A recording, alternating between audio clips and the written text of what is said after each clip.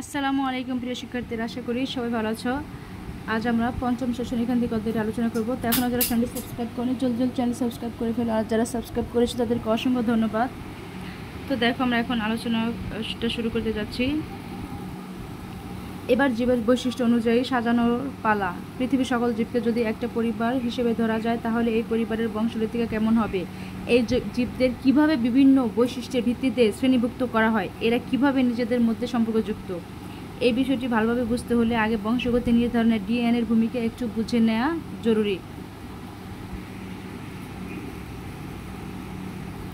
তো দেখো, এখানে যৌন প্রজননের ক্ষেত্রে বাবা মায়ের বৈশিষ্ট্যগুলো ডিএনএ এর মাধ্যমে সন্তানের দেহে স্থানান্তরিত হয়।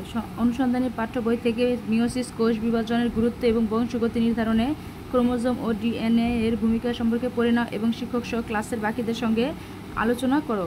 বুঝতেই পারছো, ডিএনএতে জীবের বৈশিষ্ট্য লিপিবদ্ধ থাকে, আর যৌন প্রজননের ক্ষেত্রে সেই বৈশিষ্ট্য মিওসিসের মাধ্যমে পরের প্রজন্মে যায়। মানে প্রথমে বাবা মা থেকে সন্তানের, সেই সন্তান যখন পরবর্তীতে বাবা মা হবে, তখন সেই সন্তানের এভাবে আমাদের কি পর্যায়ক্রমে প্রজন্মের পর প্রজন্ম কি সেই ডিএনএগুলো ঠিক এভাবে মিওসিসের মাধ্যমে হয়ে থাকে। ঠিক আছে? তো যেমন তোমাদের দাদাদের থেকে তোমাদের বাবা মা যে বৈশিষ্ট্যগুলো পেয়েছে, সেই বাবা মার বৈশিষ্ট্যগুলো তোমাদের মধ্যে কিছু আছে। যেন তোমাদের যে সন্তান হবে, তোমাদের বৈশিষ্ট্যগুলো সেই তোমাদের সন্তানের দেহে থাকবে, আর সেগুলি ডিএনএ হিসেবে জমা থাকে, আর সেই ডিএনএতে জীবের বৈশিষ্ট্য লিপিবদ্ধ থাকে। আর যৌন প্রজননের ক্ষেত্রে সেই বৈশিষ্ট্যটা হচ্ছে কি মিওসিসের মাধ্যমে পরের জন্ম দেখা যায়। তো আশা করি তোমরা বুঝতে পেরেছো।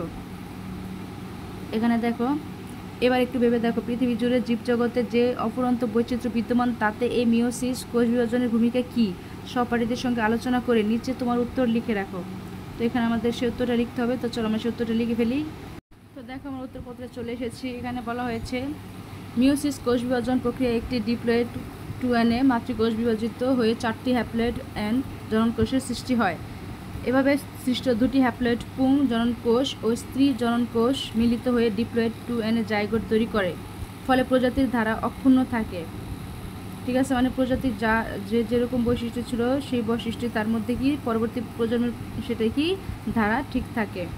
মিওসিস বিভাজনের সময় নিউক্লিয়াস দুবার কিন্তু ক্রোমোজোম একবার বিভক্ত হয়। ফলে জনন কোষগুলোতে মাতৃকোষের চারিত্রিক বৈশিষ্ট্য মিশ্রিত হয়ে নতুন বৈশিষ্ট্যের আবির্ভাব ঘটে। তো আমরা আমাদের এই উত্তরটি লিখে ফেলেছি। এখন দেখো, এখানে আছে তোমার উত্তর। শিক্ষক সহ ক্লাসের বাকিদের জানাও অন্যরা কি লিখেছে দেখো, তাদের সঙ্গে দ্বিমত থাকলে যুক্তি দিয়ে তোমার বক্তব্য উপস্থাপন করো। তোমার নেক্সট ক্লাসটি করবো ষষ্ঠ সপ্তম সেশন থেকে। তো আজ এ পর্যন্ত, সবাই ভালো থেকো, আল্লাহ হাফিজ।